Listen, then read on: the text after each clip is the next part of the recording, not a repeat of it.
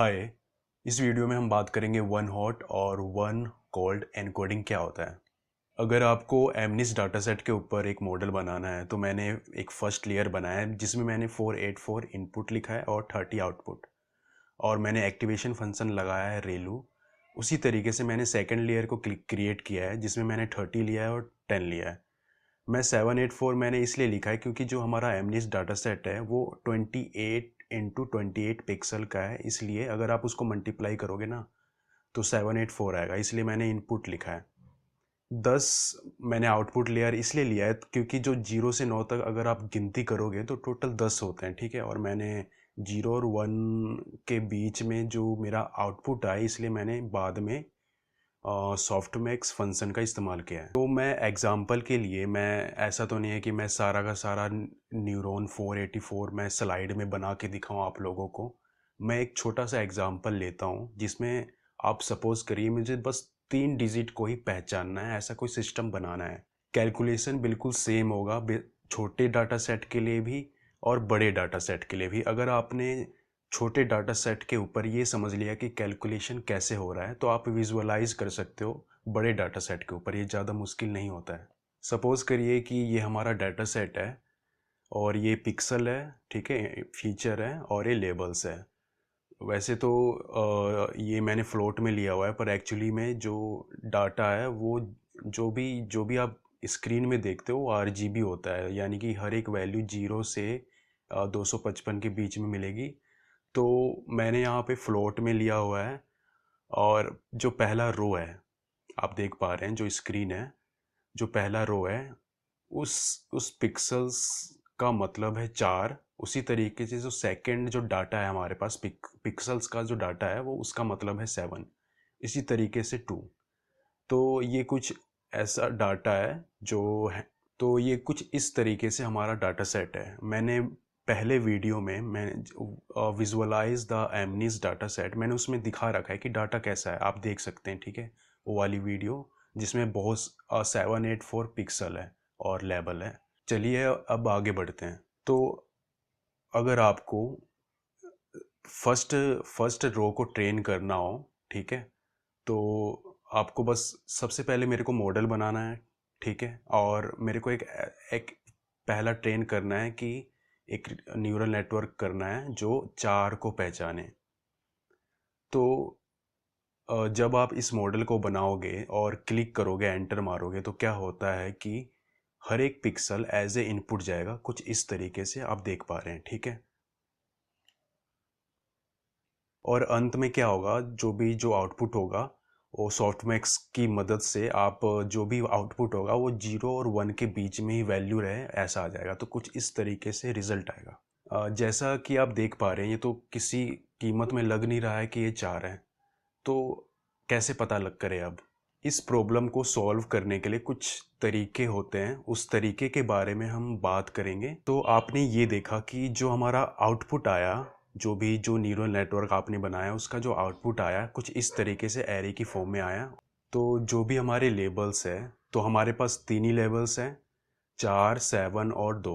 तो मैंने इसको क्या किया, कन्वर्ट कर दिया इसको इस फॉर्म में, 1 और 0 की फॉर्म में, ठीक है। अब मैं बताता हूँ इस चीज़ का क्या मतलब है। मैंने क्या किया है कि अब 4 का यहाँ क्या मतलब है, 100, ठीक है। उसी तरीके से 7 का मतलब है 010 और 2 का मतलब है 001। मैंने इस नंबर को बस एनकोड कर दिया है। कुछ इस तरीके से इमेजिन करिए कि जैसे अगर मैंने यहाँ 4 को पहचानने के लिए बस उसको एक एनकोड कर दिया, एक सिंबल दे दिया है बस।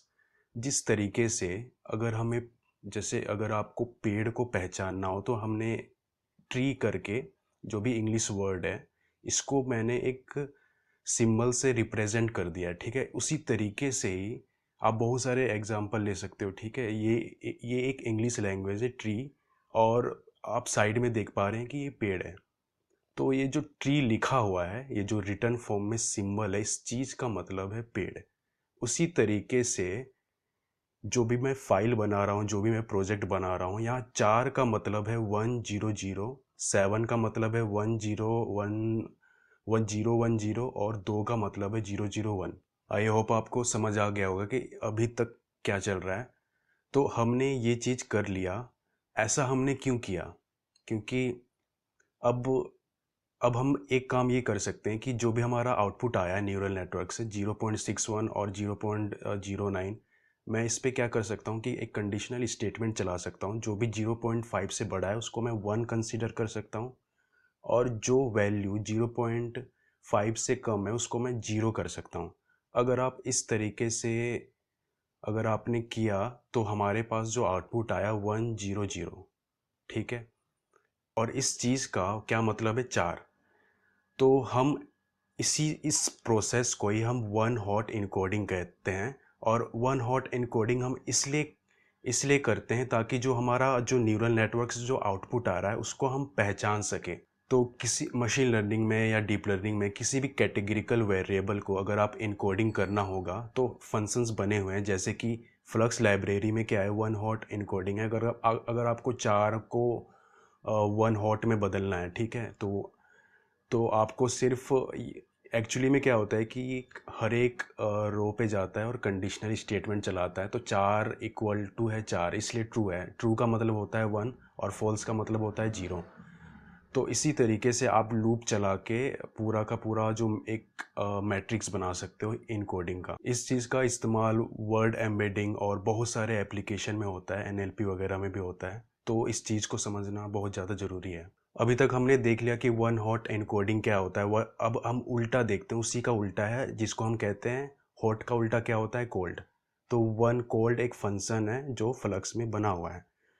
तो ये भाई साहब क्या है कि ये जासूस है, आप ऐसे समझ सकते हैं। इनके पास कुछ डॉक्यूमेंट हैं और उनको उनको ये पता चल गया कि ये जो फाइल जो हम बना रहे हैं, ये जो मॉडल बना रहे हैं, इसमें 4, 7 और 2 को पहचानने का हम मॉडल बना रहे हैं। इसको ये चीज़ इस अंकल को पता लग गया है। आप ऐसे सपोज करिए कि ये जासूस हैं जो हैकर को पकड़ते हैं, तो इनको कुछ नेसेसरी काम पड़ गया है, ठीक है, कुछ इस तरीके से सोच सकते हो आप।